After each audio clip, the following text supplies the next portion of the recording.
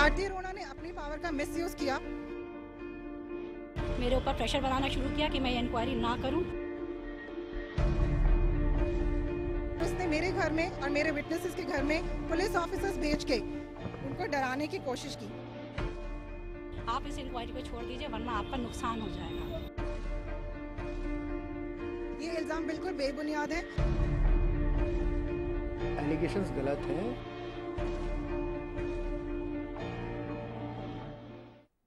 नमस्कार, आप देख रहे हैं विशेष मेरे साथ। विशेष में बात कर रहे हैं कि खाकी बदनाम हुई डार्लिंग तेरे लिए, और आखिर किसके लिए खाकी बदनाम हो रही है, ये बड़ी बात है। जिस तरह से पुलिस की खाकी की फजीहत हो रही है, यकीनन कई तरह के सवाल खड़े हो गए और इस पूरे हाई प्रोफाइल केस में एक के बाद एक खुलासे यकीनन इसको पूरा एक नया ट्विस्ट दे रहे हैं। देखिए हमारी ये खास रिपोर्ट।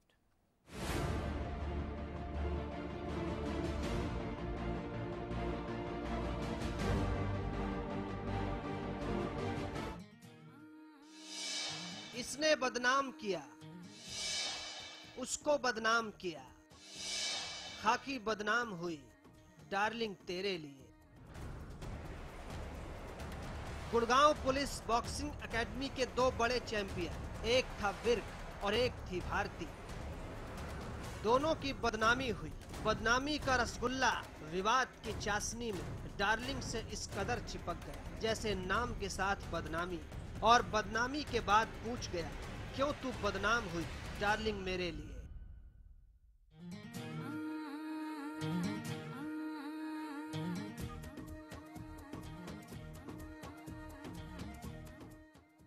तू मैं के बाद नोटिस खेला जा रहा है। मेरी मानहानि और तेरी मानहानि। मानहानि का मुकदमा और मुकदमे पर 2 आईपीएस अफसरों की छींटें और सरकार की छींक, सब हुआ सिर्फ डार्लिंग तेरे लिए। मीटिंग में सीपी साहब ने सबके सामने ये कहा कि इसको किस तरीके से और मुकदमे में फंसाया जाए। उन्होंने कहा इसके खिलाफ 307 यानी कि अटेम्प्ट टू मर्डर का मुकदमा इसके खिलाफ क्यों नहीं लगा है। उन्होंने ये क्वेश्चन आईओ से पूछा। आईओ ने कहा सर डरते डरते घबराते हुए, सर इसमें मेडिकल नहीं बनता, कैसे करें। तो मैंने कहा सर जबरदस्ती फंसाना है क्या, क्यों करना है जबरदस्ती। It is not made out, I made it very clear, rape is not made out, और जबरदस्ती आप फंसाने की क्यों बात कर रहे हैं। इस बात से वो नाराज हो गए और फिर उन्होंने मेरे ऊपर प्रेशर बनाना शुरू किया कि मैं ये इंक्वायरी ना करूं, किसी तरह छोड़ दूं इस इंक्वायरी को। उन्होंने मुझे धमकी तक दी। अपने ऑफिस में बुला के उन्होंने मुझे कहा आप इस इंक्वायरी को छोड़ दीजिए वरना आपका नुकसान हो जाएगा। खाकी पर खूब हुई फजीहत, फजीहत पर जमकर हुआ बवाल, लेकिन इस फजीहत का रंग गुड़गांव पुलिस की वर्दी को मैला ही नहीं गंदा भी कर चुका है। नवदीप विर्क का मेल कनेक्शन और भारती अरोड़ा की गुप्त दोस्ती का खामियाजा ही है कि आज पुलिस विभाग के माथे पर विवाद की बिंदी चंडीगढ़ में बैठे लोगों को बैठक करने पर मजबूर कर गई। चंडीगढ़ में आज सीएम मनोहर लाल खट्टर ने आईपीएस अधिकारियों के संग बैठक में आईजी, डीजीपी और एडीजीपी मौजूद रहे। चर्चा नवदीप विर्क और भारती अरोड़ा को लेकर हुई। चर्चा तबादले के मुद्दे पर हुई और सूत्र बताते हैं कि जल्द ही दोनों का ट्रांसफर हो सकता है। भारती अरोड़ा के आरोप और नवदीप विर्क की खामोशी ने जो शोर मचाया है, उससे पुलिस की कार्यशैली और नियत पर सवाल खड़े हो रहे हैं। फजीहत हो रही है सो अलग। ज्वाइंट सीपी भारती अरोड़ा और सीपी नवदीप विर्क के बीच जो विवाद सामने आया है, उससे गुड़गांव पुलिस का अकाउंट बेइज्जती से भर गया है। सरकार को दोनों पर ही शक है, वजह भी साफ है। एक दूसरे के खिलाफ जुबानी लामबंद का असर देखते ही बनता है। दोनों ही रेप जांच मामले में अपनी भूमिका को लेकर सवालों के घेरे में है। भारती अरोड़ा कहती हैं कि पीड़ित महिला ज्योत्सना और नवदीप विर्क के बीच संबंध जैसा कुछ है, तो नवदीप विर्क कहते हैं कि भारती अरोड़ा और आरोपी अजय भारद्वाज की बहन चंचल भारद्वाज के बीच गहरी दोस्ती है। आरोप प्रत्यारोप का ही यह नतीजा है कि सरकार दोनों के बारे में सोचने को मजबूर है, क्योंकि डिपार्टमेंट ही नहीं इस पूरे मामले में खाकी भी बदनाम हुई है, तो सिर्फ डार्लिंग तेरे लिए। भरत श्रीवास्तव के साथ ब्यूरो रिपोर्ट, हरियाणा न्यूज। जी हाँ, बिल्कुल। यकीनन आप इस रिपोर्ट के जरिए समझ गए होंगे कि आखिर अगर खाकी बदनाम हो रही है तो फिर किसके लिए हो रही है। डार्लिंग तेरे लिए बदनाम हुई खाकी, ये कहते हुए दुख बहुत होता है क्योंकि इस खाकी से लोगों को, आवाम को उम्मीदें बहुत हैं, न्याय की उम्मीदें हैं, व्यवस्था को सुधारने की उम्मीदें हैं। लेकिन अगर खाकी के बीच इस तरह का दंगल देखने को मिले तो सवाल यकीनन खड़े होते हैं। और वही सवालों के साथ आज हम यहाँ हैं, कुछ बड़े खुलासे भी करेंगे, आपको बताएंगे कि किस तरह से Navdeep Singh Virk, commissioner of police, एक के बाद एक कई आरोपों में घिरते हुए नजर आ रहे हैं। उसके बावजूद इंतजार किस बात का है कि अभी भी सिर्फ सूत्र बता रहे हैं कि ट्रांसफर होगा। यकीनन अभी हम कुछ नहीं कह पा रहे। मेरे साथ कुछ खास मेहमान हैं, उनसे बात करेंगे। मेरे साथ अरुण यादव हैं, एडवोकेट हैं सुप्रीम कोर्ट से, नमस्कार जी। योगेश कौशिक हैं, पॉलिटिकल एनालिस्ट, नमस्कार। दीपिका हैं, सोशल एक्टिविस्ट हैं, नमस्कार। और मेरे साथ राहुल है। ये राहुल कौन है आप भी जानना चाहेंगे, हम भी आपको बताना चाहेंगे। ये राहुल वो इंसान है जो आज एक और नया खुलासा करेंगे, यानी कि इस पूरे हाई प्रोफाइल केस में एक नया ट्विस्ट। ये किस तरह की डर्टी पिक्चर है जिस पिक्चर में एक के बाद एक कैरेक्टर सामने आ रहे हैं और फिर बहुत से राज बेपर्दा हो रहे हैं। योगेश कौशिक जी, सबसे पहले तो आप ही के पास आना चाहूंगी। विर्क की खामोशी और भारती का शोर क्या कह रहा है? देखिए, भारती जी ने जिस अंदाज में प्रेस कॉन्फ्रेंस की और उस कॉन्फ्रेंस के अंदर दो पुलिस कांस्टेबल, एक सीआईडी से और एक सिंपल पुलिस कांस्टेबल जो उन्होंने पकड़वाए, और उसके बाद उन्होंने मानहानि का जो दावा किया, वो ये प्रूव करता है उनकी तरफ से कि वो ना पीछे हटने वाली हैं और ना उन्होंने कुछ गलत किया है, नंबर एक। नंबर दो, वो 1 महीना पहले ऑलरेडी रिपोर्ट जो है डीजीपी को भेज चुकी हैं और वो अपने बारे में भी ये बता चुकी हैं, जो हम लोग कल बात कर रहे थे कि पुलिस के अंदर की अंदर बात रह जानी चाहिए थी, वो रह जाती, लेकिन वो इसलिए नहीं रह पाई क्योंकि उन्होंने जो जो बातें आगे कही हैं उन पे आज तक एक्शन नहीं हुआ। और आप जो अभी बात कर रहे हैं कि शायद उनका ट्रांसफर कर दिया जाए, फॉर योर काइंड इंफॉर्मेशन, मैं अभी कहीं से सुन के आ रहा हूं, बीजेपी अध्यक्ष ने यह कह दिया है कि जब तक इन दोनों की इंक्वायरी नहीं होती वो इन्हें नहीं हटाएंगे। इसका मतलब ये है, सुभाष बराला का आपको बता दें कि बयान आया है कि जांच कमेटी गठित की गई है और उस जांच के बाद जो निकलकर सामने आएगा वो आपको बताएंगे। लेकिन हम आपको ये भी बता दें कि आज चंडीगढ़ में मुख्यमंत्री ने आईपीएस ऑफिसर्स के साथ बैठक भी की और उसके बाद सूत्रों से ये खबरें भी आ रही थी कि इन्हें ट्रांसफर किया जाएगा। लेकिन उसी के बीच एक डेवलपमेंट और हुई, मानहानि का केस एक दूसरे पर किया, भारती ने भी और ज्योत्सना ने भी। ये क्या नया ट्विस्ट है जो कल रात से सामने आया? और उसके बाद कई लोग ऐसे हैं जो सामने आ रहे हैं जो विर्क को कटघरे में खड़ा कर रहे हैं। तीसरी बड़ी बात यह है कि लोग इस पूरे मामले पर क्या सोच रहे हैं, किस तरह की जो पूरी पुलिस की छवि है वो बन रही है, ये बड़ी बात है। आज एक और बात आई, फेसबुक अकाउंट हैक कर लिया गया, ये भी कहा गया। उसकी तुरंत जो कंप्लेंट है वो डीजीपी को भारती ने की और विर्क के ऊपर लगा दिया गया कि कमिश्नर ने ये सब कुछ किया। नहीं, कल तो वो जो पीड़ित थे उन लोगों ने ये भी बताया कि जो भी फाइंडिंग्स हैं या जो भी चीजें ऑफिस में हो रही हैं वो सारी की सारी ज्योत्सना को फॉरवर्ड कर रहे हैं विर्क साहब, नंबर एक। नंबर दो, अभी अगर ऐसा रवैया सरकार का है तो इसका मतलब सरकार ये मान के चल रही है कि अभी ये कोई बदनामी नहीं है। मतलब बदनामी इतनी होने के बाद, जो अभी आपने जोड़े हैं, शायद कुछ दर्शक जोड़े हैं, इतनी बदनामी होने के बाद भी सरकार ये मान के चल रही है कि ये कोई बदनामी नहीं है। स्वच्छ प्रशासन शायद इसी का नाम है। बिल्कुल आप सही कह रहे हैं। स्वच्छता अभियान को 1 साल भी होने लगा है, लेकिन स्वच्छता जब तक सिस्टम में नहीं होगी तब हम किस तरह की स्वच्छता की बात करेंगे, वो भी एक पहलू है। लेकिन आपको बता दें, बड़ी ब्रेकिंग जो इस वक्त हम कर रहे हैं, बड़ा खुलासा जो हम इस वक्त कर रहे हैं, और जिस राहुल का मैंने नाम लिया, जो राहुल इस वक्त मेरे साथ बैठे हैं और जो एक और शख्स हैं जो इस वक्त मेरे साथ फोन लाइन पर जुड़े हैं, मुझे समझ में आ रहा है कि आप काफी उत्सुक हो रहे होंगे ये जानने के लिए। बड़े खुलासे एक के बाद एक विर्क जो है वो कटघरे में खड़े हो। बड़ी ब्रेकिंग इस वक्त की बड़ी खबर, एक के बाद एक आरोपों से घिर रहे हैं पुलिस कमिश्नर नवदीप सिंह विर्क। हत्या के मामले में पैसा लेकर आरोपियों की मदद करने का आरोप लग रहा है नवदीप सिंह विर्क पर। 15 मार्च 2015 में हुई थी राजीव नगर के हरभजन यादव की हत्या, परिजनों ने लगाया पैसा लेकर 3 आरोपियों को क्लीन चिट देने का आरोप। जी हां, बिल्कुल आपको बता रहे हैं कि एक के बाद एक आरोपों से घिर रहे हैं पुलिस कमिश्नर विर्क। मेरे साथ जो राहुल यहां बैठे हैं, ये उन्हीं की जुबानी सुनते हैं और उन्हीं के पास चलते हैं। राहुल, आपका स्वागत है, आप यहां पर आए। मैं आपसे जानना चाहूंगी कि आप जो आरोप अब Navdeep Singh Virk, commissioner of police, जो पहले से ही सवालों के कटघरे में खड़े हुए हैं, आप लगा रहे हैं, उसके पीछे की वजह क्या है पूरा मामला? क्या था जी, 15 मार्च 2015 को मेरे मामा जी हरभजन यादव जी का मर्डर हुआ था राजीव नगर में, और उसमें 5 आरोपी जो मौके पर मौजूद थे, जिन्होंने 8 गोलियां मारी थी। दिन दहाड़े मर्डर हुआ था। हाँ। 8 आई विटनेस पुलिस ने बनाए थे। हाँ। 8 आई विटनेस मैंने नहीं बनाए, आपने नहीं बनाए, पुलिस ने बनाए थे। हाँ।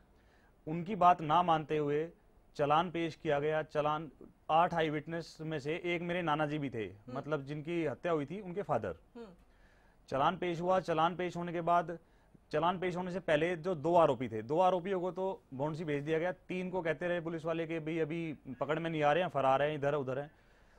जब चालान पेश हुआ तो उसमें हमें पता लगा कि उन्हें क्लीन चिट दे दी गई है। उन्हें दिखा दिया। उन्हें आज तक बुलाया नहीं गया, उनसे कोई सवाल नहीं किया गया कि तुम कहाँ थे, कोई इंक्वायरी नहीं हुई।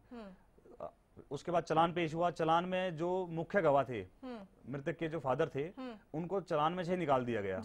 ना गवाह दिखाया गया, ना कुछ दिखाया गया। जबकि एफआईआर में उनका नाम है कि वो मौके पर मौजूद थे। जब हमने हंगामा करा तो उसके बाद सप्लीमेंट्री चालान पेश किया गया। हमने कहा कि जी 3 गवाह भी निकाल दिए। तो कमिश्नर साहब ने कहा कि भाई ये आपका काम नहीं है, मेरा काम है, मुझे देखना है कि किसको रखना है, किसको नहीं रखना। नवदीप सिंह विर्क ने कहा। हाँ। मैंने कहा, काफी सारे परिवार वाले थे। हमने कहा कि जी अगर 8 जो आपने आई विटनेस बनाए थे, वो हमने नहीं बनाए, वो आपने बनाए थे। अगर वो कह रहे हैं कि 5 मौजूद थे, तो आप बुला के पूछताछ तो करो कि वो थे भी या नहीं थे। उसी के बाद तो आप डिसाइड करोगे। हमें कोई रिस्पांस नहीं मिला जी। आज वो आजाद घूम रहे हैं। हमारे को धमकियां मिल रही हैं। कोई सरकार नहीं सुन रही हमारी जी। लेकिन एक राहुल, मैं आपसे ये जानना चाहूंगी, अब आप सामने आए हैं, ये आरोप आप विर्क पर लगा रहे हैं, क्योंकि एक के बाद एक आरोप कमिश्नर ऑफ पुलिस विर्क पर लग रहे हैं, तो सवाल खड़े होते हैं कि अभी क्यों? अब इसलिए जी क्योंकि हमारी कहीं पहले सुनवाई कहाँ नहीं थे हुई। आप? हम पहले से जा रहे हैं, मेरे पास सारी एप्लीकेशंस है। जहां जहां हम गए हैं।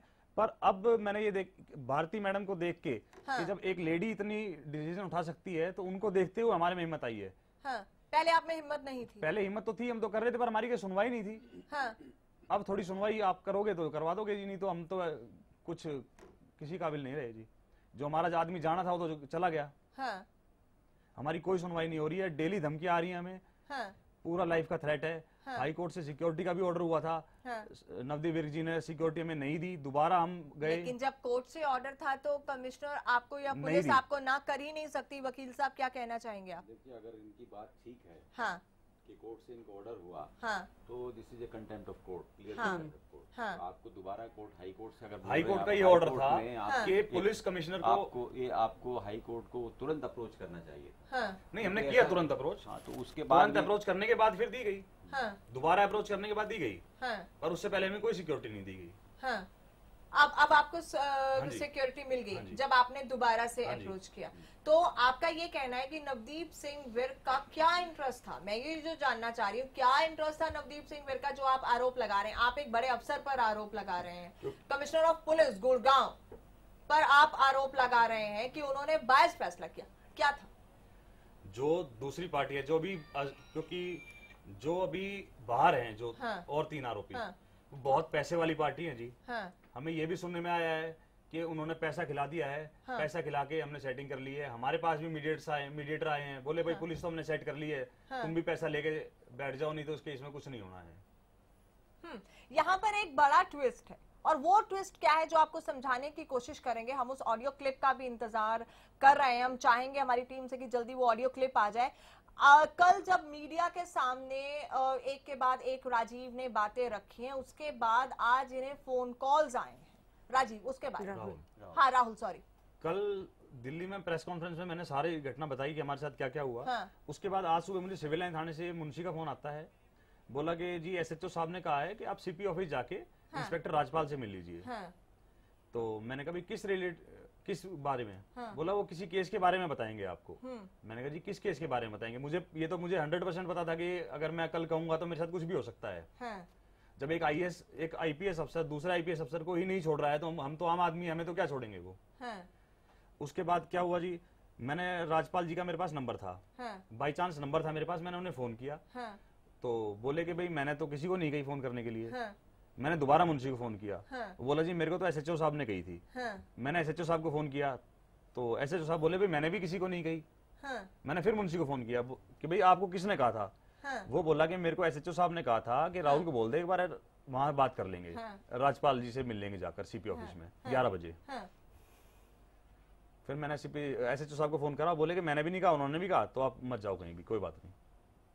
तो यानी आपको ये लगता है कि ये जो फोन कॉल्स आपको करवाए गए ये आपको डराने धमकाने के लिए करवाए? 100% जी। अगर मैंने तो उन्हें फोन कर लिया, अगर मैं फोन नहीं करता और 11 बजे मैं सीधा चला जाता वहां पर, तो हो सकता था मुझे डराया धमकाया जाता। वकील साहब क्या कहना चाहेंगे? देखिए, अगर इनकी जो बात है, जो मुझे नहीं पता कितनी सच है कितना रिकॉर्डिंग है मेरे पास, वो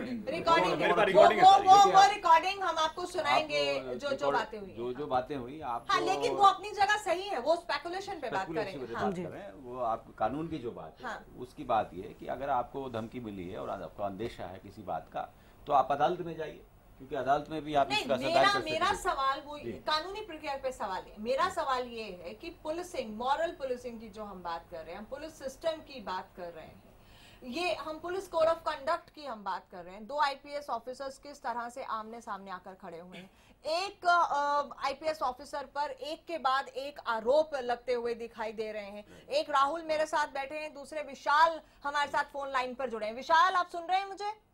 हाँ जी, सुन रहा हूँ। विशाल, मुझे बताइए क्या हुआ। आपको बता दें कि विशाल भी एक पीड़ित है, अपने आप को बताते हैं, और वो भी मिस्टर विर्क पर कुछ संगीन आरोप लगा रहे हैं। बताइए। हाँ मैडम, मैं एक कंपनी में बैठा था। हाँ। जिस कंपनी को बाद में मुझे बताया गया कि ये विर्क साहब की कंपनी है। हाँ। तो उस कंपनी में कुछ प्रॉपर्टी की डील हुई थी। हाँ। वो कंपनी कुछ हमसे प्रॉपर्टी में कुछ पैसे का लेन देन में मदद चाहती थी, जिसको करने के लिए जब मैंने इनकार किया तो मुझे बकायदा बताया गया कि ये विर्क साहब की कंपनी है, अगर आपने बात ना मानी तो आपके ऊपर केस फाइल कर दिए जाएंगे। हाँ। इस बात की सारी इंफॉर्मेशन मैंने सीबीआई डायरेक्टर, डीजीपी साहब और ह्यूमन राइट कमीशन को सबको पूरी इंफॉर्मेशन टाइमली दी थी। हाँ। उसके बावजूद मेरे ऊपर केस फाइल कर दिया गया। हाँ। मुझे गिरफ्तार कर लिया गया। गिरफ्तार करने के बाद कोर्ट से उसकी जमानत हो गई। हाँ। जमानत होने के बाद 4 बार अप्रोच किया कोर्ट को। 4 बार। और 4 बार कोर्ट को बेल कैंसिलेशन के लिए।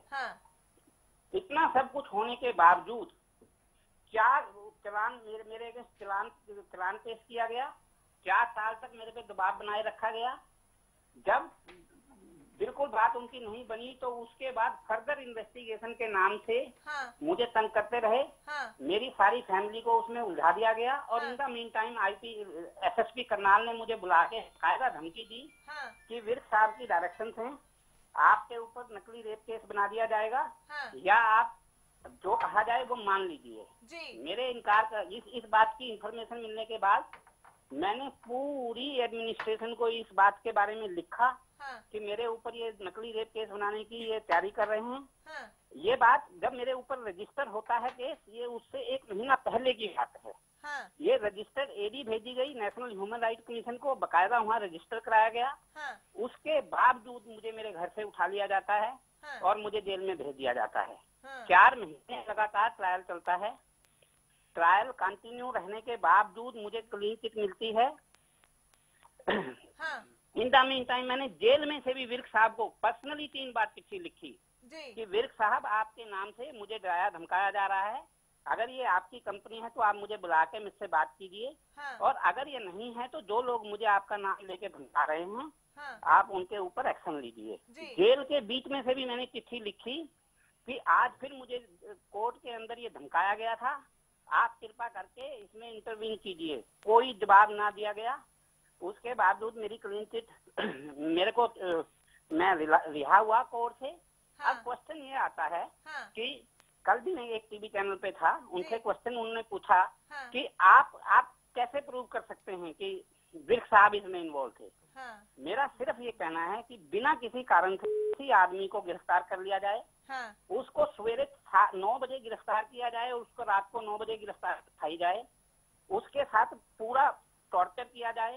नेशनल ह्यूमन राइट कमीशन ने विर्क साहब के अगेंस्ट मेरे केस में बकायदा SIT फ्लोट की जी। उस SIT में एक HPS ऑफिसर उसकी इन्वेस्टिगेशन कर रहे थे और HPS ऑफिसर ने इनको क्लीन चिट कर दिया। आप मुझे बताइए, DIG रैंक के एक ऑफिसर की इन्वेस्टिगेशन अगर एक DSP उसी महकमे का, उसी स्टेट का करेगा तो वो कहाँ उनको ब्लेम करेगा? ये एक मिनट विशाल रुक जाइए, ये बहुत इंटरेस्टिंग बात निकलकर सामने आई है कि एक सीनियर की इंक्वायरी एक जूनियर ऑफिसर को मार्क कर दी जाती है। ये किस तरह का मजाक है? ये किस तरह की पुलिसिंग है? ये किस तरह की व्यवस्था है? सवाल यहाँ खड़े होते हैं, इसलिए ये बड़े सवाल बन रहे हैं। इसीलिए इस पूरे हाई प्रोफाइल मामले में एक के बाद लगातार नए खुलासे हो रहे हैं, लोग सामने आ रहे हैं, ट्विस्ट नए आ रहे हैं। दीपिका के पास आऊंगी, लेकिन उससे पहले वकील साहब आपके पास आ रही हूँ। ये अजीब नहीं है? एक सीनियर की इंक्वायरी एक जूनियर कर रहा है, ये मजाक नहीं है? मजाक है, बिल्कुल नहीं हो सकती, कर ही नहीं सकता। और आप फेयर इंक्वायरी की तो उम्मीद नहीं कर सकते। और वो भी नेशनल ह्यूमन राइट्स कमीशन की तरफ से साइंड है। बात में एक और जोड़ना चाहूंगा, आप केवल मात्र गुड़गांव का मसला नहीं है, गुड़गांव जिस तरह से प्रोग्रेस कर रहा है और वर्ल्ड मैप पे है गुड़गांव, अगर ऐसी चीजें होंगी तो मुझे नहीं लगता कि बाहर के लोग आके आपके यहाँ सुरक्षित महसूस करेगा। एक्चुअली जहाँ जहाँ फाइनेंशियल ग्रोथ होती है वहाँ क्राइम तो बढ़ता है, ये डाटा बताता है। लेकिन इस तरीके से और ऐसी हरकतें पुलिस वाले करते हैं अगर हमारे शहर में, तो ये मान के चलिए कि आम आदमी सुरक्षित नहीं है। Deepika, what you want to say in both the cases? 3 बातें निकलकर सामने आ रही है। पहला, 2 IPS ऑफिसर्स आमने सामने खड़े हो गए हैं, फिर राहुल सामने आ रहे हैं, अब विशाल सामने आ गए हैं। 2 लोग ऐसे हैं जो ये कह रहे हैं कि हम Virk commissioner of police Gurgaon से हम पीड़ित हैं। आप एक सोशल एक्टिविस्ट हैं, एक आम इंसान की नजर से आप क्या सोचती हैं?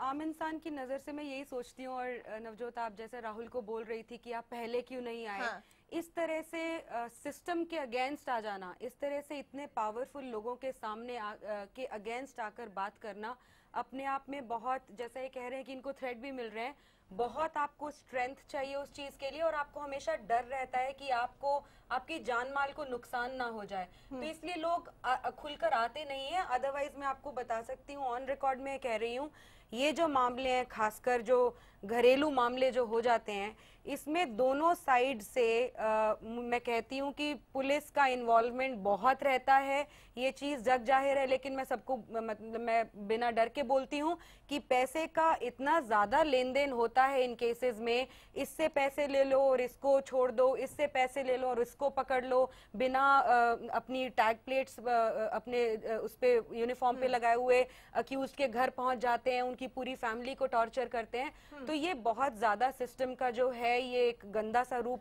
मैं तो हर रोज देखती हूँ। तो आम इंसान को बिल्कुल खत्म हो गई है पुलिस के ऊपर। मैं आती हूँ आपके पास, हमारी टीम इस वक्त MG रोड पर है, हमारे संवाददाता भुवन वहां पर है। हम कुछ लोगों से भी बात करने की कोशिश कर रहे हैं कि गुड़गांव के लोग जिस तरह से खाकी का मजाक बन गया है, जिस तरह से खाकी बदनाम हो रही है, और डार्लिंग किसके लिए हो रही है, ये एक बड़ा सवाल है। भुवन वहां मौजूद है। भुवन, मैं आपसे जानना चाहूंगी, लोगों में किस तरह के रिएक्शंस हैं, गुड़गांव के लोग क्या सोच रहे हैं इस पूरे मसले पर?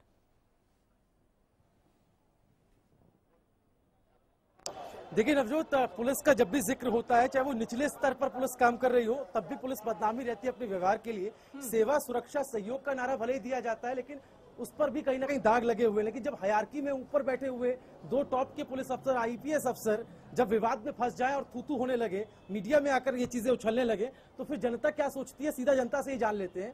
क्या लगता है सर आपको, police commissioner, joint police commissioner आपस में मीडिया में आकर एक दूसरे पर आरोप लगा रहे हैं? जिस पुलिस का काम सुरक्षा मुहैया कराना है, वो पुलिस एक दूसरे पर आरोप बढ़ रही है, कैसे जनता को सुरक्षा मिले? ये लोग आपस में लड़ते और झगड़ते रह जाएंगे तो पुलिस मतलब जनता का क्या होगा, उनको कौन देखेगा? मैं तो यही चाहूंगा कि जितने जल्दी से जल्दी, जो भी गलत है सही है, मैं ये नहीं कहता वो सही है यही गलत है, जो भी है मतलब निर्णय जल्दी आ जाए ताकि हम लोग की भी सुनवाई हो सके। कुछ युवा चेहरे हमारे साथ हैं, हम उनसे जानते हैं, आप युवा हैं और इस तरह का जब मामला सामने आता है तो युवाओं को लेकर पुलिस के प्रति आपकी क्या उम्मीदें हैं और पुलिस जो काम कर रही है उसको लेकर आप क्या कहना चाहेंगे? मैं तो यही कहना चाहूँगा कि जो हम युवा है, हम जो क्या बोलते हैं बैचलर एक तरह का लाइफ है, हम लोग अगर यही देखा जाए कि ये आपस में लड़ते रहेंगे तो हम लोग का कुछ तो हो नहीं सकता। जहाँ जाओ यहाँ मतलब एक अपनी बात नहीं कर रहे हैं, लेडीज़ को लेके, लड़कियों को लेके उनको छेड़छाड़ ये सब जो होते हैं, जब आप इनकी सुरक्षा नहीं करेंगे तो फिर कुछ नहीं हो सकता।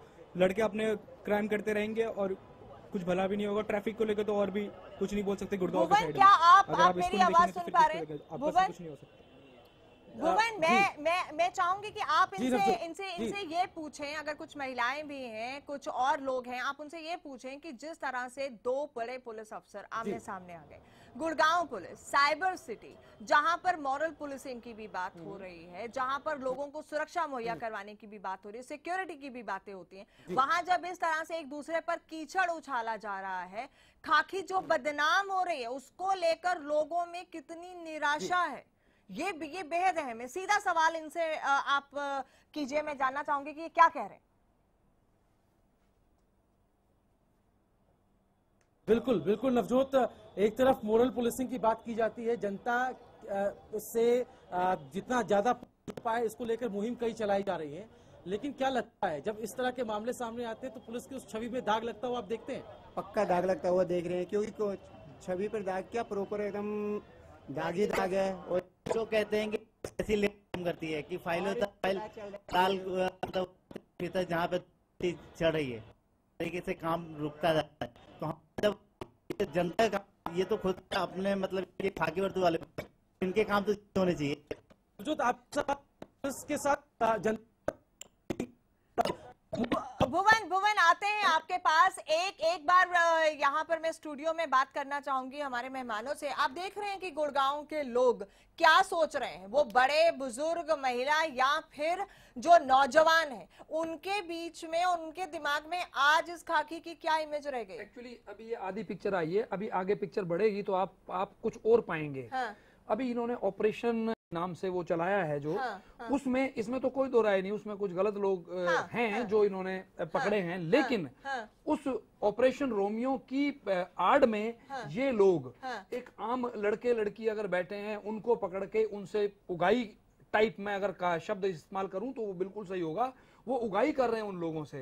ये बिल्कुल वही स्टाइल है जैसा कि महाराष्ट्र में, बॉम्बे में जू चौपाटी पे वो पुलिस वाले जाके जबरदस्ती उनको पकड़ के। यानी आपको लगता है प्रैक्टिस बिफोर यू प्रीच, दूसरों को सिखाने से पहले अपने घर को दुरुस्त करना बेहद जरूरी है, और यहाँ पर तो अपना घर ही इनका दुरुस्त नहीं है। बड़े बड़े सवाल यहाँ खड़े हो रहे हैं वकील साहब, वो ये है कि अगर ये बातें ना सामने आती, अब ये वजह क्या है? इनके बीच में पहले भी कोई तकरार चलती हो सकती है दोनों बड़े ऑफिसर्स के बीच में, लेकिन उसके एवज में ये पूरा का पूरा मामला जो है वो निकल कर बाहर आ गया, फिर दो और पीड़ित सामने आ गए। राहुल ने कहा पहले हमारे पास हिम्मत नहीं थी। विशाल मेरे साथ अब भी जुड़े हुए हैं। विशाल, आज आप क्या चाह रहे हैं? जी मैडम, मैं आपको इसमें खुलासा करना चाहूंगा। आप मेरे मसले में एक बात आप क्यों नहीं उठा रहे हैं? हाँ। कि मुझ पे रेप केस बना के बकायदा 10 करोड़ रुपए इन्होंने सुप्रीम कोर्ट में नेगोशिएट करके ले लिए। और दूसरी बात मैं आपको बिल्कुल ओपन कहना चाहता हूँ कि जिन IPS ऑफिसर की तनख्वाह 1 लाख, 2 लाख, 3 लाख रुपए होगी, ये 200 करोड़ रुपए की कंपनियों में अपनी हिस्सेदारी रखते हैं।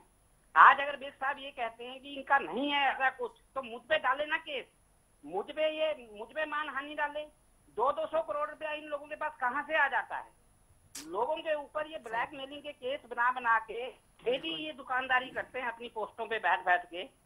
इस बात की इन्वेस्टिगेशन CBI को होनी ही चाहिए। आप मेरे केस में देखिएगा, मुझे पूरी इंफॉर्मेशन राष्ट्रपति साहब तक देने के बावजूद इन लोगों ने मुझे जेल में डाला, को एक्यूज को पकड़ा, उनके ऊपर केस बनाया, सुप्रीम कोर्ट से 10 करोड़, सुप्रीम कोर्ट में बैठ के 10 करोड़ रुपए ले लिए। हाँ। आप इस बात की इन्वेस्टिगेशन कीजिए। तो जो चीजें हैं, मतलब जब लोग दबाव में आते हैं तो वो किस लेवल तक। मैंने जेल के बीच में से भी विर्क साहब को चिट्ठी लिखी कि विर्क साहब, मुझे आपके नाम से आपकी पुलिस धमका रही है, कृपा करके मुझे क्या मिस्टर विर्क आपको फेस टू फेस मिले? कभी नहीं मिले। यही तो बात है। ये लोग पर्दे के पीछे रह के बात करते हैं। अगर ये आपको मैं दूसरी बात करता हूँ, अगर वीर साहब इस काम के पीछे नहीं थे तो जब मैं इनकी इतनी सारी कंप्लेंट्स कर रहा था, जगह जगह जाके रो रहा था। मैंने इनको भी 3 बार चिट्ठियां लिखी। ये एक हमारी स्टेट में हमारे रक्षक हैं, अगर इनको ये इन्वॉल्व नहीं थे तो इन्होंने क्यों नहीं मुझे बुला के कभी पुकारा कि विशाल गुप्ता जी मेरा कोई लेन देन नहीं है इस बात से। और क्यों पुलिस इतना नाजायज कर रही थी। डीजीपी साहब को मैं बार बार चिट्ठियां लिख रहा हूँ, मुख्यमंत्री को लिख रहा हूँ, प्रधानमंत्री जी को लिख रहा हूँ, सब चिट्ठियां रीडायरेक्ट होकर यहाँ आ जाती हैं। और सब प्रूफ होने के बावजूद लड़की ने खुद माना है कोर्ट में कि पुलिस ने मुझे फ्लोट किया था। क्यों मुझे सुबह 9 बजे से उठा के ले गई पुलिस। ये सब चीजें एविडेंस हैं, ये कोई ऐसे बर्बल बात नहीं है। ये सब चीजें मैंने तो अपनी जिंदगी खराब कर ली ना इनके साथ। आप ये देखिए कि 9 कंपनियों में ये किस तरह से पब्लिक का पैसा मैनेज करते हैं और ओपनली ये सब कुछ कर रहे हैं। इनके ऊपर कोई कंट्रोल नहीं होगा। हाँ जी, विशाल बने रहिए हमारे साथ। आपने दर्शकों को बता दें कि विशाल ने यहाँ कई बड़े खुलासे किए हैं। विशाल ने कहा कि उनकी पूरी जिंदगी को बर्बाद किया गया। कमिश्नर ऑफ पुलिस विर्क पर बड़ा आरोप लगा रहे हैं विशाल। यहाँ पर वो कह रहे हैं कि कंपनियों में इनका हिस्सा है। कई बार इन्होंने गुहार लगाई अपने न्याय की, लेकिन उसके बावजूद इनकी नहीं सुनी गई। इनके ऊपर झूठा रेप केस दर्ज कर इन्हें अंदर कर दिया गया और फिर पैसों के साथ सेटलमेंट की गई और उसके बाद केस में ये कोर्ट से बरी भी हो गए। क्लीन चिट इन्हें मिल गई है। ये बड़ी हैरानी की बात है। मैं आपके पास आ रही हूँ वकील साहब, ये जो आप देख रहे हैं यहाँ पर, ये आई हैव नो वर्ड्स। क्या कहना चाहेंगे आप इनको जो कह रहे हैं क्लीन चिट हो गया है इनको। तो अगर इनको विर्क साहब के खिलाफ कोई सबूत है तो इनके खिलाफ डिफॉर्मेशन का केस, दूसरे केस इनको फाइल करने चाहिए थे। नहीं, वो यही तो नवजोत कह रहे हैं कि ये सामने आके ये डीलिंग नहीं होती है। मतलब तो ये है कि रक्षक अगर भक्षक बन जाएगा तो एक आम इंसान जाएगा किसके पास। अभी एक चंडीगढ़ में भी केस आया था नवजोत, जिसमें 40 लाख का ट्रांजैक्शन हुआ था एक रेप केस में। कानून की भाषा बोल रहे हैं, कानून के हिसाब से सही है, लेकिन एक आम इंसान कितनी बार अपने जूते घिसाते रहेगा कोर्ट में, कितनी बार कहां जाता रहेगा। 4 महीने जिस शख्स ने अपनी जिंदगी जेल में काट दी, उसकी जिंदगी के 4 महीने कोई लौटा पाएगा। मैं आपको इसके साथ एक बात बताता हूँ, वो इतिहास है, वो सच्चाई है जो मैं आपको बता रहा हूँ।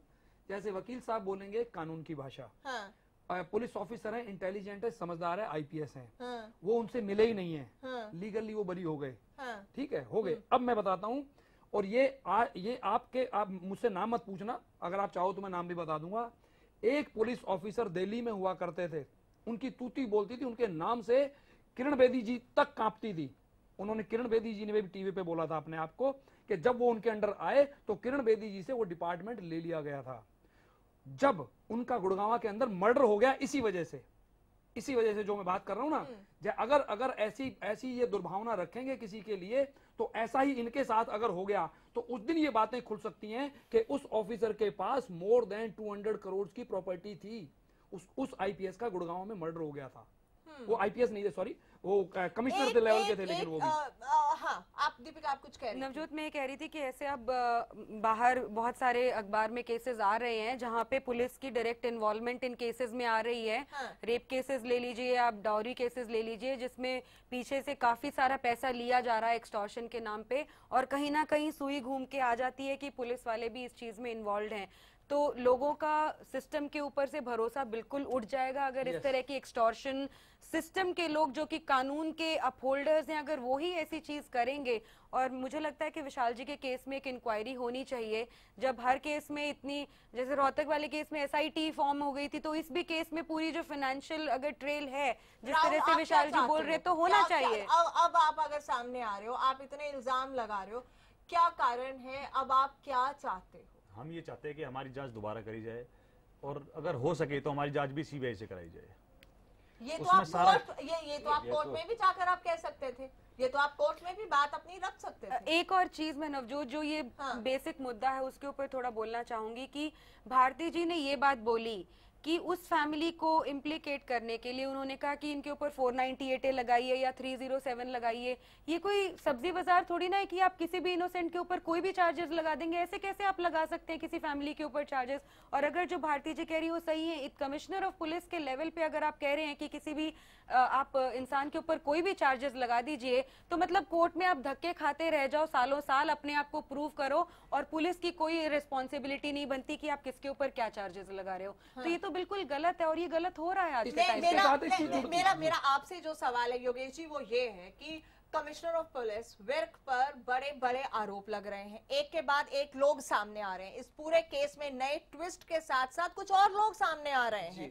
ऐसे में क्या एक स्पेशल इन्वेस्टिगेशन टीम नहीं बननी चाहिए, या फिर एक डिपार्टमेंटल इंक्वायरी सिर्फ इन चीजों के ऊपर नहीं बैठनी चाहिए, या फिर जो हम ट्रांसफर सस्पेंशन की बात कर रहे हैं क्या वो होनी चाहिए? आपकी नजर में क्या? जल्दी से उससे पहले हम ब्रेक लेंगे। मैं बिल्कुल स्पष्ट इस बात का एकदम हितैषी हूँ कि विर्क साहब को एक बार घर बिठा के इनकी इंक्वायरी कोई सीनियर ऑफिसर से कराई जाए, और जो भी जिन मामलों की ये बातचीत चल रही है इनकी सबकी सब, ये मामला इतना बड़ा निकल के आ सकता है कि इसमें सीबीआई जांच होगी ही होगी फिर अल्टीमेटली। चलिए यहाँ पे रुकेंगे, एक छोटा सा ब्रेक लेंगे, ब्रेक के बाद लौटेंगे और चर्चा करेंगे और जानने की कोशिश करेंगे कि आखिर जो खाकी बदनाम हो रही है उससे आगे क्या। एक छोटे से ब्रेक के बाद। मैंने अपनी पावर का मिसयूज किया, मेरे ऊपर प्रेशर बनाना शुरू किया कि मैं इंक्वायरी ना करूं। उसने मेरे घर में और मेरे विटनेसेस के घर में पुलिस ऑफिसर्स भेज के उनको डराने की कोशिश की। आप इस इंक्वायरी को छोड़ दीजिए वरना आपका नुकसान हो जाएगा। ये इल्जाम बिल्कुल बेबुनियाद है। एलिगेशंस गलत हैं।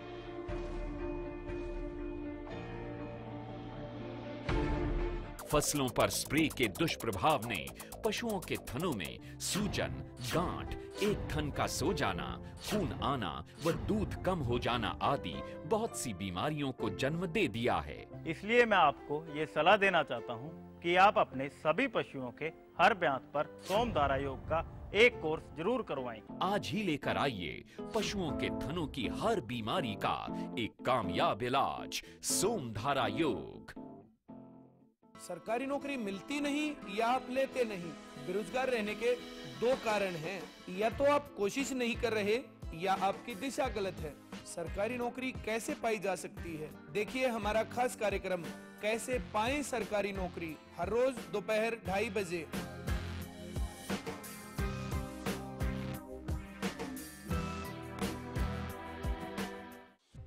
डेंगू से बचने के उपाय। डेंगू का मच्छर साफ पानी में पनपता है और आपके घर से 100 मीटर तक जा सकता है। अतः बर्तनों जैसे मटका, टंकी, टूटे डिब्बे, टायर, बोतल में पानी जमा न होने दें। कूलर का पानी सप्ताह में एक बार अवश्य बदलें। डेंगू का मच्छर दिन में काटता है, अतः पूरी बाजू की कमीज, पैंट, पजामा पहनकर मच्छर के काटने से बचें। डेंगू की जांच हरियाणा के सभी जिला सरकारी अस्पतालों में मुफ्त की जाती है। स्वास्थ्य विभाग हरियाणा द्वारा जनहित में जारी। जारीकर्ता सूचना एवं जनसंपर्क विभाग, हरियाणा।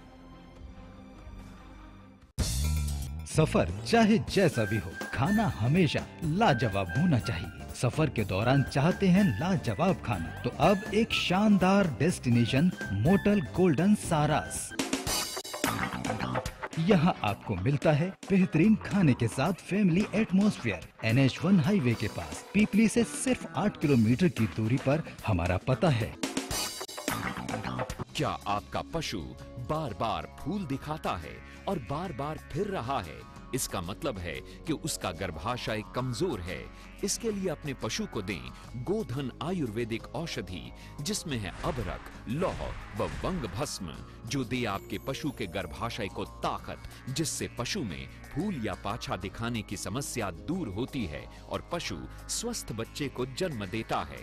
गोधन का पूरा कोर्स, एक विश्वसनीय औषधि। हरियाणा न्यूज की पड़ताल में सबसे बड़ा खुलासा, खाकी की कलंक गाथा, वर्दी के रौब में छिपा गुलामी का दर्द। साहब कांस्टेबल नहीं नौकर चाहते हैं, मैं गुलाम इस खाकी का। ऑपरेशन खुलासा लाट साहब, शाम 7 बजे से लगातार नवजोत सिद्धू के साथ। सफर चाहे जैसा भी हो, खाना हमेशा लाजवाब होना चाहिए। सफर के दौरान चाहते हैं लाजवाब खाना, तो अब एक शानदार डेस्टिनेशन मोटल गोल्डन सारास। यहाँ आपको मिलता है बेहतरीन खाने के साथ फैमिली एटमॉस्फेयर। NH1 हाईवे के पास पीपली से सिर्फ 8 किलोमीटर की दूरी पर हमारा पता है। सरकारी नौकरी मिलती नहीं या आप लेते नहीं, बेरोजगार रहने के दो कारण हैं। या तो आप कोशिश नहीं कर रहे या आपकी दिशा गलत है।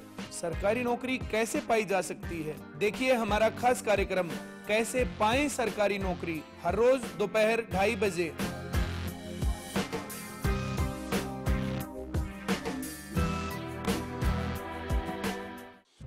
डेंगू से बचने के उपाय। डेंगू का मच्छर साफ पानी में पनपता है और आपके घर से 100 मीटर तक जा सकता है। अतः बर्तनों जैसे मटका, टंकी, टूटे डिब्बे, टायर, बोतल में पानी जमा न होने दें।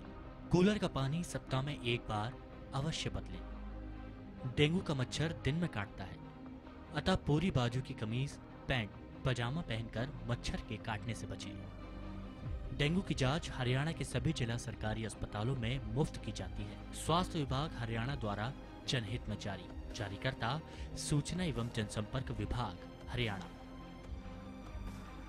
ब्याने के तुरंत बाद अपने हर पशु को खिलाएं गुलकंद रसायन, जो करे पशु के गर्भाशय की पूरी सफाई, जिससे पशु बने हृष्ट पुष्ट व बनाए दूध ज्यादा। गुलकंद रसायन जेर व मैल गिराने में सहायक है। जी हाँ, हरिसंस फार्मास्यूटिकल्स का गुलकंद रसायन जेर गिराने व गर्भाशय की सफाई के लिए अब पशु को गुलकंद नहीं, गुलकंद रसायन खिलाएं। हरियाणा न्यूज की पड़ताल में सबसे बड़ा खुलासा, खाकी की कलंक गाथा, वर्दी के रौब में छिपा गुलामी का दर्द। साहब कांस्टेबल नहीं, नौकर चाहते हैं, मैं गुलाम इस खाकी का। ऑपरेशन खुलासा लाट साहब, शाम 7 बजे से लगातार नवजोत सिद्धू के साथ। भारतीय रोना ने अपनी पावर का मिसयूज किया, मेरे ऊपर प्रेशर बनाना शुरू किया कि मैं इंक्वायरी ना करूं। उसने मेरे घर में और मेरे विटनेसेस के घर में पुलिस ऑफिसर्स भेज के उनको डराने की कोशिश की। आप इस इंक्वायरी को छोड़ दीजिए वरना आपका नुकसान हो जाएगा। ये इल्जाम बिल्कुल बेबुनियाद है। एलिगेशंस गलत हैं।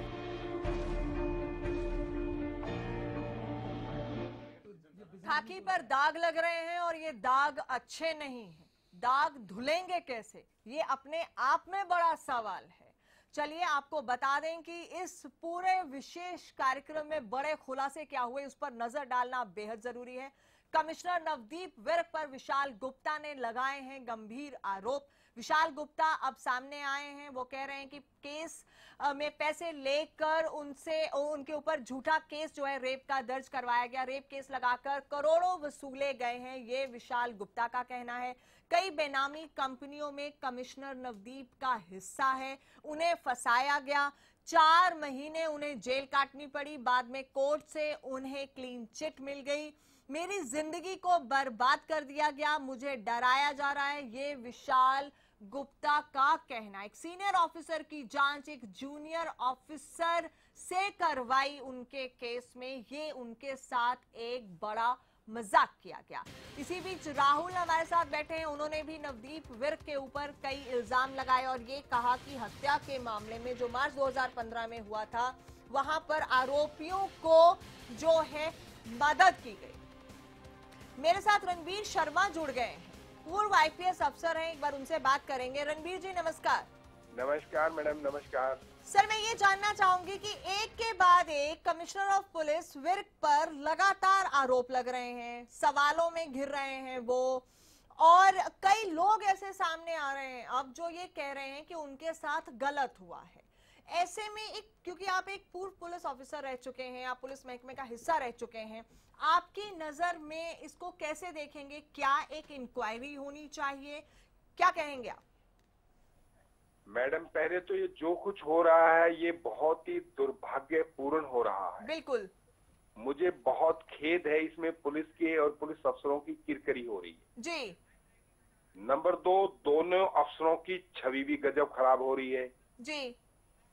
नंबर 3, दोनों अफसरों को 3 मैं इनको अल्टरनेटिव दे रहा हूं। सबसे पहले दोनों ऑफिसर अपनी ईगो अहंकार को छोड़ के दोनों अफसर एक रूम में बैठ के डिसाइड करें कि हमसे क्या गलती हुई है। आई थिंक बातें उससे बहुत आगे निकल चुकी हैं। कोई बात नहीं मैडम, ऐसी कोई भी बात नहीं होती संसार में। एक बार आदमी टेबल पे बैठ जाते हैं दोनों सीनियर अफसर, तो एक दूसरे से गिला शिकवा हट जाता है। लेकिन वो ऑफिसर्स के गिले शिकवे तो अगर दूर हो भी जाएंगे सर, उन लोगों का क्या जिनकी जिंदगियों के साथ अफसरों ने खिलवाड़ कर दी। मैं वही बात बता। नंबर 2 मैडम, हाँ, दूसरा है कि ये जो सारी तफ्तीश है फौरी हमारी क्राइम ब्रांच के डीजी हैं उनको दे देनी चाहिए। हाँ, यहाँ की गुड़गावा की जो तफ्तीश है, हाँ, इसको फौरी डीजी को वहाँ देना चाहिए। हाँ, मतलब डीजी लेवल के क्राइम के इंचार्ज हैं हमारे। हाँ, ठीक है, श्री के सिंह जी हमारे डीजी हैं क्राइम के, तो आप उनको तफ्तीश भिजवा दीजिए। अच्छा, एक बात मैं और जानना चाहूंगी, जिस तरह से अभी दोनों ऑफिसर्स को ना सस्पेंड किया गया, ना इनका ट्रांसफर किया गया है, ना छुट्टी पर भेजा गया है, मानहानि के केस भी पीड़ित ने और जेसीपी ने एक दूसरे पर कर दिए, फेसबुक हैक करने के इल्जाम भी लगा दिए विर्क पर। आज कई पीड़ित भी सामने आ गए जो मिस्टर विर्क पर इल्जाम लगा रहे हैं। बहुत कुछ लगातार खुलासे हो रहे हैं, नए ट्विस्ट देखने को मिल रहे हैं। क्या ऐसे में इन दोनों ऑफिसर्स का इमीडिएट ट्रांसफर, सस्पेंशन या छुट्टी पे भेजा जाना? ये तो मैडम निश्चित रूप से ये गाज तो इनके ऊपर गिरेगी, दोनों ही अफसरों के ऊपर गिरेगी। लेकिन कब गिरेगी? इंतहा हो गई इंतजार। हाँ, वो चाहे आजकल में कभी भी हो सकती है।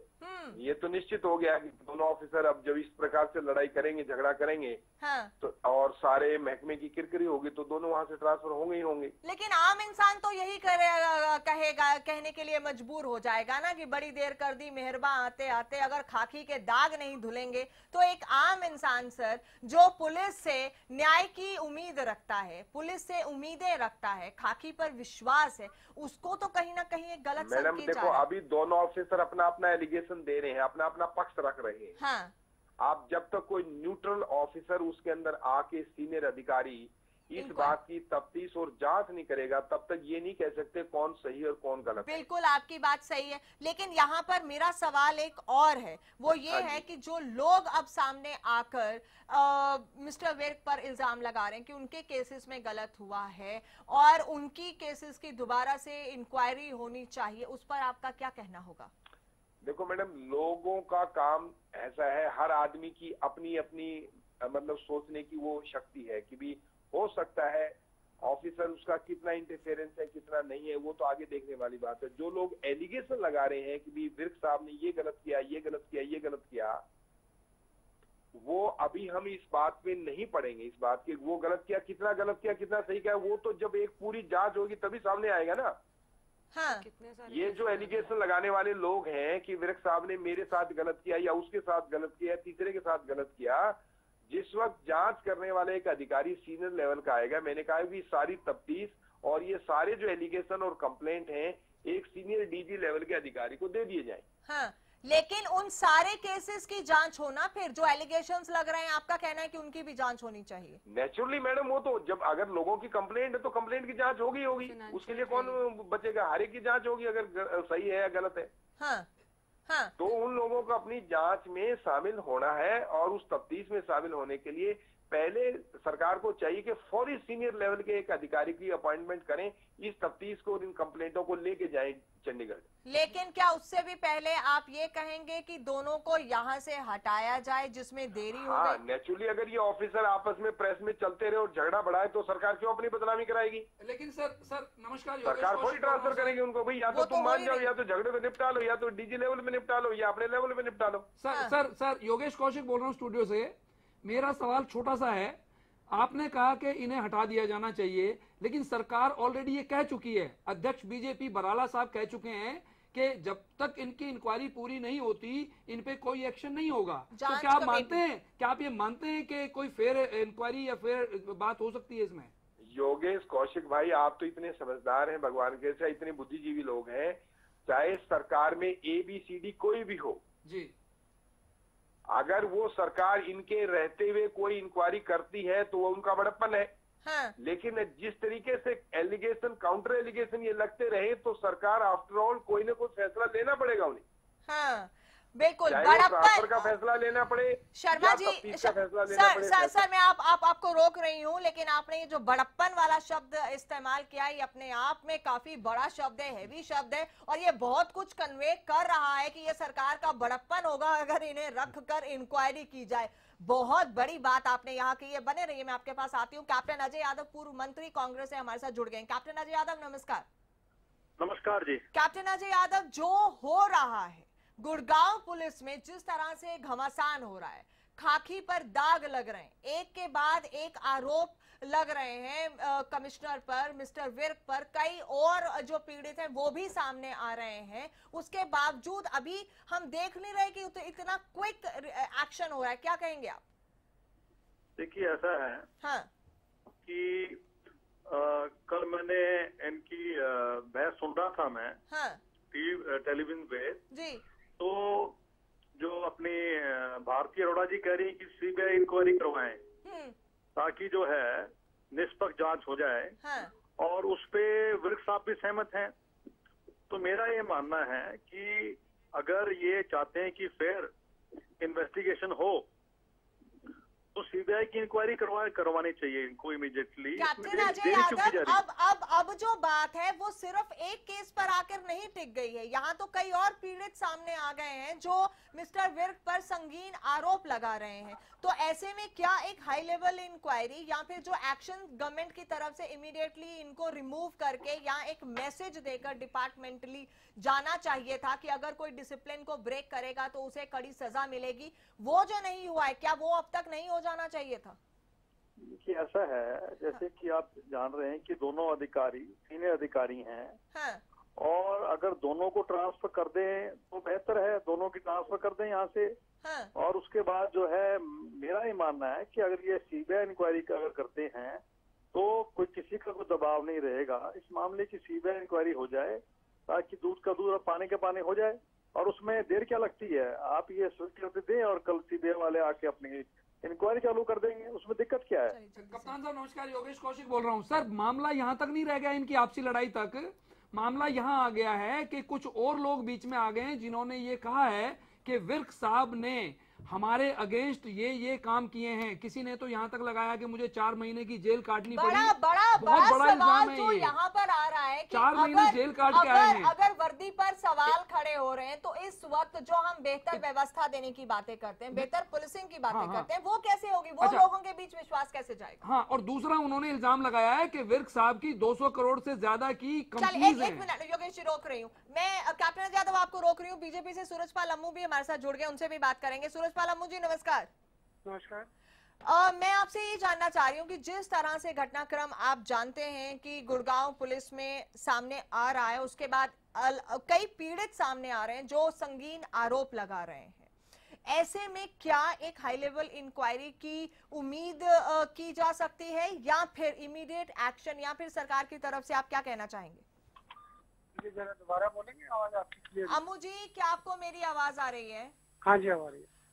गुड़गांव पुलिस में जो हुआ, जो 2 आईपीएस ऑफिसर्स आमने सामने आकर खड़े हुए, उसके बाद नए नए खुलासे हो रहे हैं, कई पीड़ित सामने आ रहे हैं जो मिस्टर विर्क पर संगीन आरोप लगा रहे हैं। ऐसे में जो एक पुलिस की छवि है वो खराब हो रही है। आम इंसान का जो भरोसा है खाकी पर, वो कहीं ना कहीं डगमगा रहा है। क्या कहना चाहेंगे आप? इस विषय पर सरकार ने अपना पक्ष रख दिया है। बहुत पुराना विषय था। हाँ। इनके ऊपर जिन अधिकारियों का जो विषय आया है वो सरकार ने अपने संज्ञान में ले लिया है, और इसकी डीजी क्राइम जो है उनको उसकी जांच भी दे दी गई है। मैं समझता हूँ जांच आने के बाद दूध का दूध और पानी का पानी हो जाएगा। हाँ। तब तक के लिए अपने को प्रतीक्षा करनी चाहिए। हाँ। मेरा खासतौर पर उन अधिकारियों से हाँ। आपके चैनल के माध्यम से भी ये है कि अगर उनको अपना कोई पक्ष रखना है तो सरकार के समक्ष रखें। अम्मू जी आप सुन रहे हैं मुझे? मैं सुन पा रहा हूँ। अम्मू जी, मेरा सवाल वो नहीं है। आपने सही कहा कि इंक्वायरी मार्क हो चुकी है, वो सिर्फ एक केस में इंक्वायरी मार्क हुई है। अब कई लोग और सामने आ गए हैं जो और इल्जाम लगा रहे हैं, जिससे कहीं ना कहीं एक इमेज जो है वो टार्निश हो रही है। क्या इन पूरे मामलों में तुरंत इन्हें हटाकर ट्रांसफर करके या फिर ओवरऑल जितने आरोप लग रहे हैं उन पर एक इंक्वायरी होनी चाहिए? निश्चित तौर पे जिन लोगों को आपत्ति है और जो शिकायतें कर रहे हैं, हाँ, हैं, उनकी शिकायतें निश्चित तौर पे सुनी जाएगी, इसमें कोई शक नहीं है। परंतु मेरा कहना यह है कि जिन लोगों को आपत्ति है वो संबंधित पक्ष सही जगह पर सही समय पर अपनी उसको आपत्ति दर्ज करानी चाहिए, उसका हक है। और जो आपत्ति दर्ज होगी, जो शिकायतें आएंगी, निश्चित तौर पे सरकार उसके ऊपर संज्ञान लेगी।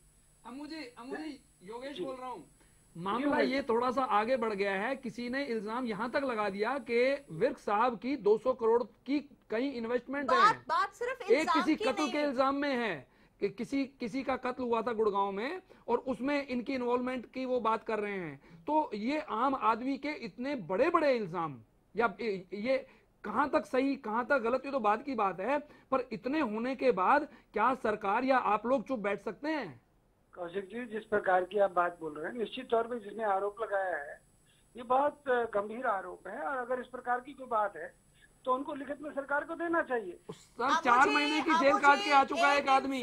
विशाल गुप्ता मेरे साथ जुड़े हुए हैं, एक राहुल मेरे साथ स्टूडियो में बैठे हैं। विशाल गुप्ता 4 महीने की जेल काट के आ चुके हैं रेप चार्जेस पर। कोर्ट से उनका एक्विटल हो गया और उसके बाद वो सीधे आरोप लगा रहे हैं कि मैं हर जगह जाकर अपनी अर्जी दे चुका हूं, उसके बाद मेरी सुनवाई नहीं हो रही, मेरी जिंदगी बर्बाद हो गई है। वो कहां न्याय की गुहार लगाए? मैं विशाल गुप्ता जी से क्वेश्चन करना चाहूँ। विशाल, क्या आप सुन रहे हैं? विशाल को दोबारा से फोन मिलाइए। मैं चाहूंगी हमारी टीम विशाल को दोबारा से फोन मिलाए। अमू जी, मैं आपके पास आती हूँ, विशाल को हम दोबारा से लाइन पर रहेंगे, आप जो सवाल करना चाहे करें, क्योंकि गुड़गांव की जनता भी जो एक उम्मीद रखती है पुलिस से कि वो उनकी हिफाजत करेगी, जब उस खाकी पर सवाल खड़े होते हैं तो यकीनन एक आम इंसान का विश्वास कहीं ना कहीं डगमगाता है। भुवन हमारे साथ जुड़े हुए हैं, एक बार भुवन का रुख करेंगे। भुवन, क्या आप सुन पा रहे हैं मुझे? एक बार भुवन से हम दोबारा बात करना चाहेंगे, एक आम इंसान की नजर से। दीपिका, विशाल गुप्ता मेरे साथ जुड़ गए। विशाल, आप सुन पा रहे हैं मुझे? विशाल, हेलो। हाँ विशाल, आप सुन पा रहे हैं मुझे? हाँ जी, सुन रहा हूँ। विशाल, आप मेरे साथ बने रहिए। मेरे साथ बीजेपी से सूरजपाल अम्मू हैं, प्रवक्ता हैं बीजेपी के, वो आपसे एक सवाल करना चाहते हैं। अम्मू जी कहिए। विशाल जी, आपको किन धाराओं के तहत इन्होंने अरेस्ट किया था और किस आरोप में आप 4 महीने जेल रह के आए? आप किस आरोप में जेल रह के आए हैं और किस आरोप में आपको इन्होंने अरेस्ट किया था? मुझे 2 बार मेरे ऊपर झूठे केस बनाए, एक बार 420 का केस बनाया। हाँ जी विशाल जी, आप थोड़ा जोर से बोलिए, कौन सी धाराएं आप पर लगाई गई थी? 376 मेरे ऊपर पहले धाराएं लगाई गई 420, 467, 468। हाँ। 5 साल तक उसपे इन्होंने मुझे मजबूर किया। उसके बाद एसएसपी करनाल ने मुझे बुला के स्पेशल कहा कि अब हम तेरे ऊपर इससे भी संगीन केस बनाएंगे, तेरे ऊपर रेप का केस बनाएंगे। हाँ। मैंने वो इन्फॉर्मेशन राष्ट्रपति तक को भेजी। जब मेरे ऊपर धारा लगाई 376, इन्होंने उससे 1 महीना पहले मैंने रिटर्न नवदीप विर्क साहब को, राष्ट्रपति जी को, नेशनल ह्यूमन राइट्स कमीशन को चिट्ठी लिखी कि ये मेरे को फंसाने की धमकी दे रहे हैं। और उसके बाद विशाल, 1 मिनट, उसके बाद 376 में आप 4 महीने अंदर जेल काट के आए हैं। पूरा 132 दिन मेरा ट्रायल हुआ। ट्रायल कंप्लीट होने के बाद मैं रिहा हुआ हूँ। हाँ, विशाल बने रहिए। अम्मू जी, आपने सुना? ऐसा है, निश्चित तौर पे विशाल जी जो कह रहे हैं, हाँ। देखो, मैं एडवोकेट होने के नाते भी और एक भाजपा का प्रवक्ता होने के नाते भी एक बात कहना चाहूँगा जी। अगर इनके ऊपर मुकदमे दर्ज हुए हैं, जिन धाराओं के तहत ये अंदर रह के आए, निश्चित तौर पे इनका केस अभी कोर्ट के अंदर चल रहा होगा। नहीं, एक्विटल हो चुका है। एक्विटल हो चुका है। एक मिनट रुकिएगा। अगर एक्विटल हो चुका है तो निश्चित तौर पे जो कोर्ट ने आदेश दिया है, जो इनके हक में निर्णय किया है या इनके जो भी निर्णय किया है, उसको लेकर ये आगे जाके अपील कर सकते हैं कोर्ट के अंदर। कमाल करते हैं आप अम्मू जी। मैं यहाँ पुलिस के ऊपर जो सवाल खड़े हो रहे हैं, पुलिस ने जो ज्यादती की है, मैं उस पे बात कर रही हूँ। कोर्ट में जा सकते हैं, वो तो यहाँ पर बैठे सुप्रीम कोर्ट के वकील भी उन्हें बता रहे हैं, और जिस इंसान ने 4 महीने जेल काटी है वो कोर्ट का रास्ता तो समझ ही गया है। बात सिर्फ इतनी है कि जिस पुलिस के पास एक आम इंसान न्याय की उम्मीद करता है, अगर वहां से न्याय नहीं मिलता, वहां से वो पीड़ित किया जाता है, तो वो कहाँ जाए? ह्यूमन राइट्स कमीशन में तो वो जा ही चुके हैं, हर जगह चिट्ठियां लिख चुके हैं, अब आप भी उन्हें वही रास्ता दिखा रहे हैं। मेरा सवाल वो है ही नहीं, मेरा सवाल सिर्फ एक विशाल, एक राहुल का नहीं है, मेरा सवाल बड़ा है, और वो सवाल ये है कि कई विशाल, कई करोड़ राहुल जो ये उम्मीद रखते हैं कि उन्हें न्याय मिले, अगर पुलिस से ये ज्यादती होती है तो उसका जिम्मेदार कौन? ऐसा है। हेलो जी जी, मैं कहना चाहता हूँ जी बिल्कुल कहिए। जिस विषय को लेकर कोर्ट ने आदेश जो दिए, हाँ, याचिकाकर्ता को जो अगर कोर्ट से रिलीफ मिला है तो निश्चित तौर पे कोर्ट में जाकर वो उन अधिकारियों के खिलाफ कंप्लेंट करके उनके खिलाफ कार्रवाई करा सकता है। और या अगर गुप्ता जी को ये लगता है कि सरकार को उनकी मदद करनी चाहिए, उनके साथ गलत हुआ है, तो उनको सरकार को एक एप्लीकेशन देनी चाहिए, निश्चित तौर पर उसके ऊपर कार्रवाई होगी। कमाल हो गई, एप्लीकेशन देते देते एक आम इंसान थक गया। मसला तो वही है कि कहां एप्लीकेशन दे, वो वही तो विशाल गुप्ता कह रहे हैं। उन्होंने तो सिर्फ 4 महीने ही अंदर गुजारे, और 4 महीने भी जिंदगी के यूं गुजार देना एक इंसान के लिए मायने रखता है। मुझे आप इस बात से इत्तेफाक तो जरूर रखते होंगे। नहीं, और विशाल जी का आरोप और भी गंभीर है नवजोत। उनका ये आरोप है कि जो याचिकाकर्ता इस केस में, रेप केस में थी, वो पुलिस ने प्लांट की थी। उनका बहुत गंभीर आरोप है ये, पूरे की पूरी कॉन्स्पिरेसी, और एसएसपी ने उनको धमकी दी है। कई करोड़ों की बात उस लड़की ने की, और उन्होंने कहा कि मुझे जबरदस्ती कहा गया। वो लड़की ने खुद बोला है कि मुझे पुलिस ने बोला था ये करने के लिए। तो बात तो पुलिस के खिलाफ एक्शन लेने की जो बात लेकिन है, सरकार ऐसे करेगी, कोई कदम नहीं उठाएगी तो लॉ एंड ऑर्डर की बात ही नहीं रह जाएगी। आप देखिए, दो मसला 2 आईपीएस ऑफिसर्स का नहीं है, ये जनता का मसला है। बिल्कुल ये जुड़ा हुआ है आदमी के, आप इतने लोगों के साथ जुड़ा हुआ, जिंदगी से जुड़ा हुआ, ये तो मजाक हो गया। सिस्टम क्या हो गया? और पुलिस के खिलाफ अगर आप कंप्लेंट करते भी हैं तो शायद वो आप अपनी मौत को बुला रहे होते हैं, क्योंकि जी कुछ भी नहीं होता पुलिस के खिलाफ। बात तो ये जो हम कल बात कर रहे थे, कल हम बात ये कर रहे थे, जो यहाँ पे कल भी कोई बैठे। बात माफी चाहूंगी, बात इन्होंने वकील साहब ने बहुत इंपॉर्टेंट की है, क्योंकि ये बात सिर्फ 2 बड़े पुलिस ऑफिसर्स की नहीं है, बात सिर्फ एक खाकी की नहीं है, बात उन हजारों करोड़ों जिंदगियों की है जो इन पर भरोसा करती है कि ये इनकी जिंदगी को प्रोटेक्ट करेंगे। अगर वहां पर एक आम इंसान की जिंदगी के साथ खिलवाड़ होता है तो फिर उसका गुनहगार कौन? उस सिस्टम को ठीक करने के लिए कब कोई कदम उठाए जाएंगे? ये बात आपने की ना अम्मू जी से की, तो उन्होंने तो कह दिया कि अभी कोर्ट का रास्ता दिखा दिया, लेकिन कोर्ट के रास्ते से क्या ये समस्याएं हल हो जाएंगी? अगर कोर्ट से ही सब कुछ होना है तो फिर वकील साहब बैठे ही अपने आप सलाह दे देंगे, उनकी जरूरत नहीं। चलिए मेरे पास वक्त की कमी है। राहुल, फाइनल वर्ड्स, क्या कहना चाहेंगे आप? मैं ये कहना चाहता हूँ कि पुलिस ही अपना काम क्यों नहीं करती। पुलिस ही अगर अपना काम कर दे तो एक आम आदमी को कोर्ट तक जाना ही ना पड़े, लाखों रुपए वकीलों को ना देने पड़े, धक्के ना खाने पड़े। पुलिस ये क्यों कह रहे हैं कि आप कोर्ट में जाओ? आप पुलिस को क्यों नहीं कहते कि वो अपना काम करे और निष्पक्ष काम करें? नवजोत, मैं यही बोलना चाहूंगी, जो धाराएं हैं आईपीसी के अंडर, उनका पुलिस को अच्छी तरह से ज्ञान होना चाहिए। आज के टाइम पे इनोसेंट्स को फंसाया जा रहा है। पुलिस ऐसी धाराएं लगा देती है जो बनती भी नहीं है, और ये पूरा का पूरा मुद्दा उसी वजह से आया है। पुलिस के सिस्टम में आमूलचूल परिवर्तन की आवश्यकता है। जब तक आप उनके सिस्टम को नहीं बदलेंगे, मेंटेलिटी नहीं बदलेंगे, और एक्सटोर्शन की जो बात आती है उसको नहीं बदलेंगे, तब तक ये सुधार होने वाला नहीं है। सबसे इम्पोर्टेंट बात आपने यहाँ वकील साहब की है कि जब तक पुलिस के अंदर का सिस्टम नहीं बदलेगा, मेंटालिटी नहीं बदलेगी, तब तक बदलाव कैसे आएगा? और ये बदलेगा कौन, योगेश कौशिक? ये सिस्टम ऊपर से चलता है, जो कि बीजेपी खुद बोलती है। अब ऊपर से तो कोई भी पार्टी सत्ता में बैठी, कोई भी बोलती है, हुक्मरान जब तक नहीं कहेंगे तब तक कैसे ये सिस्टम मैं इससे छोटी सी आगे बात बढ़ा देता हूँ। अगर मान लो इनकी इंक्वायरी हुई भी और एक डीजीपी लेवल ने कर भी दी, और सरकार का इंटरेस्ट ये होगा कि इन्हें प्रोटेक्ट करना है, तो ये बचेंगे। और अदरवाइज अगर ट्रांसपेरेंट चीजें हों जो कि लोगों को पता लगनी चाहिए, तो अगर लोगों के बीच में सारी चीजें हों तो इंक्वायरी बिल्कुल दूध का दूध पानी का पानी तभी होगा। चलिए, इसी के साथ लेंगे आपसे इजाजत। सभी मेहमानों का इस कार्यक्रम में शामिल होने के लिए बेहद शुक्रिया। सवाल यहाँ बड़े हुए हैं, खुलासे भी इस विशेष में यकीनन बड़े हुए हैं, आरोप भी बड़े लगे हैं, इसलिए इंक्वायरी भी बड़े पैमाने पर होनी चाहिए और बदलाव भी बड़े पैमाने पर होना चाहिए। तभी हम यकीनन बदलाव की जो उम्मीद करते हैं वो कहीं नजर आएगा। लेकिन बदलाव होगा कब और करेगा कौन, पहल कब होगी, इसका इंतजार यकीनन जनता को भी है और हमें भी है। लेंगे आपसे इजाजत, लेकिन